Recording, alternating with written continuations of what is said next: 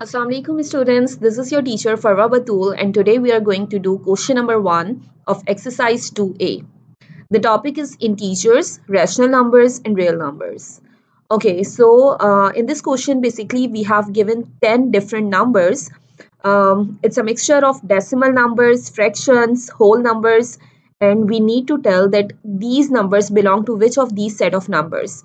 Like I have given 4 different set of numbers in which I have positive integers, negative integers, positive numbers and negative numbers, and we need to tell that these numbers belong to which of these sets, right?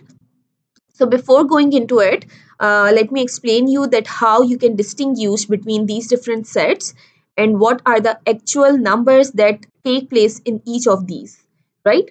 So starting from positive and negative, first of all you must know the difference between positive and negative. So this is a very common difference and very easy difference, that if I talk about positive, then the number must have a positive sign or it has no sign.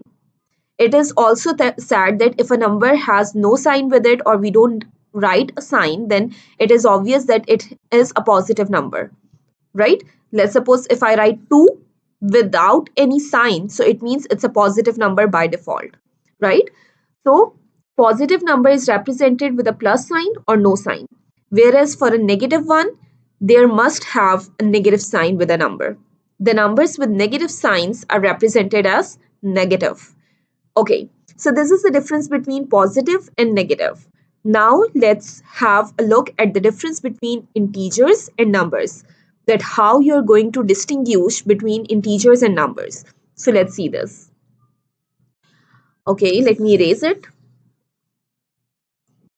Now let's talk about integers and numbers. Okay, one thing common in both of them is that integers contains whole numbers. Whole numbers means 0, 1, 2, 3, and so on. And if I talk about negative integers, then -1, -2, -3, and so on. So it is basically the set of integers where you don't have decimal number. There is no decimal number like -2.4. No. Integers does not have decimal number and neither it has fractions. You don't have fractions in integers like 1 upon 2, like 3 upon 7. These kind of fractions are not part of integers. Integers are the numbers that only have these whole numbers, either positive or negative. The numbers with a denominator 1, which is not usually written, right? So these numbers basically represent integers: 0, 1, 2, 3, 4, 5, and -1, -2, -3, and so on. Whereas if I talk about numbers, then here I have all the categories, all the different type of numbers can come into this set, right? It can have whole numbers like 1, 2, 7, 10. It can have decimals, right? Like 2.5, 3.7, and also it can have fractions. So it's a big set of numbers where you have all of these. Numbers is called basically number. Why? Because it is having all the different kind of numbers, either integers. Integers are also placed over here, right? Integer is a subset of numbers. You can also have integers in numbers, right? Other than that, you have decimals, you have fractions in the number set, right? So let's see in these 10 numbers, like where these particular numbers lie in the following given sets. So let's do the question. I will explain you further in doing the working of this question, right? So starting from -0.3, this is my first number. First of all, I need to tell that either it's a positive number or it's a negative one. So very easy, just look at the sign of the number. The sign is negative, so it means it's a negative one. Now I need to tell either it's integer or it's a number. So since it is a decimal number, so it is not going to be a part of integer. It is definitely going to be number. So here I can predict that minus 0.3 lie in negative number. So I can put minus 0.3 here in the fourth set, minus 0.3, right? Now moving towards the next one, 1 upon 5. Okay, 1 upon 5 is what? It's a fraction. So again, first of all, tell me either it's a positive one or a negative one. Definitely, a number with no sign is represented as a positive number. After that, let's see either it's an integer or it's a number. I have already mentioned that integers does not have fractions in it, no fractions. So 1 upon 5 cannot be a part of integer. However, it can be a part of number. So we will say that it's a positive number. Why? Because it is positive in nature, and since it is a number, so it's a fraction, so it will lie in number. So we can write 1 upon 5 in a positive number over here, right?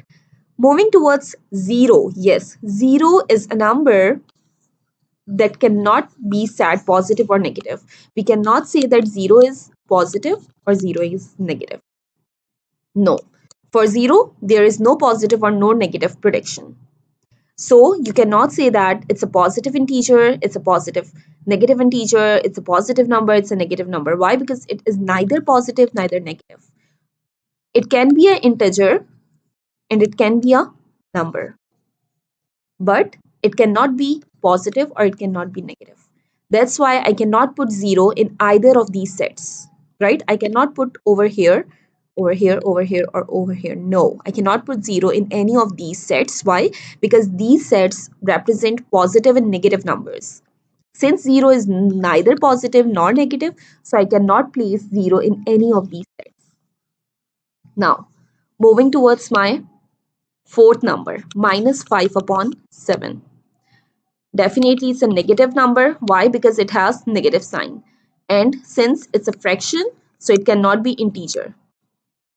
It will be a number. So I can say that minus 5 upon 7 is a negative number. So I will place it over here. After then, I have 4.33. Again, it's a decimal number, 4.33 with no sign. No sign means it's positive. And since it's decimal, so it means it's a number. So I will write 4.33 in positive number. 33. Okay. Now after that I have minus 12. Here comes the integer. Why? Because it is neither a decimal nor a fraction. It is a whole number with a negative sign. Right? It's a negative one.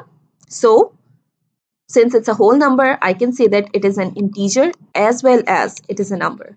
Why? Because integers are also called numbers. So I can put this in both the sets. Negative integer will have minus 12 in it, and negative number will also have minus 12 in it. Okay. Now let's move towards 100,001. Again, it's a whole number. With no sign means it's a positive number.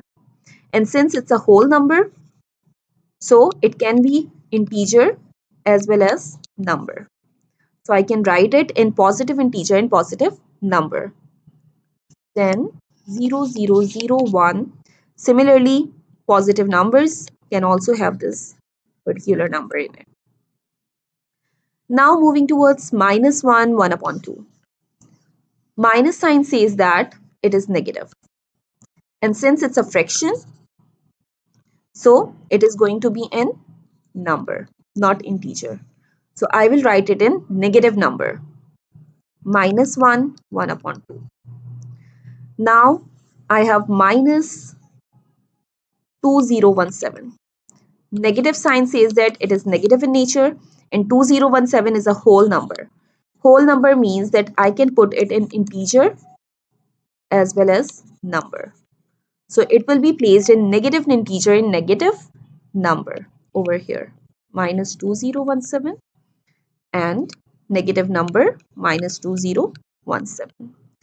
Okay, the last is 4. 4 is again a whole number with no sign. No sign means it is positive. And since it's a whole number, so it will be integer as well as number. You can put it in both of these sets, but keep in mind that it is positive. So I can put 4 over here in positive integers and over here in positive numbers. So this is how you can do this question, and you can put all of these numbers in their respective groups. Okay, I hope this is easy for you. Thank you so much for watching this video. See you in the next video with question number 2. Take care. Allah Hafiz.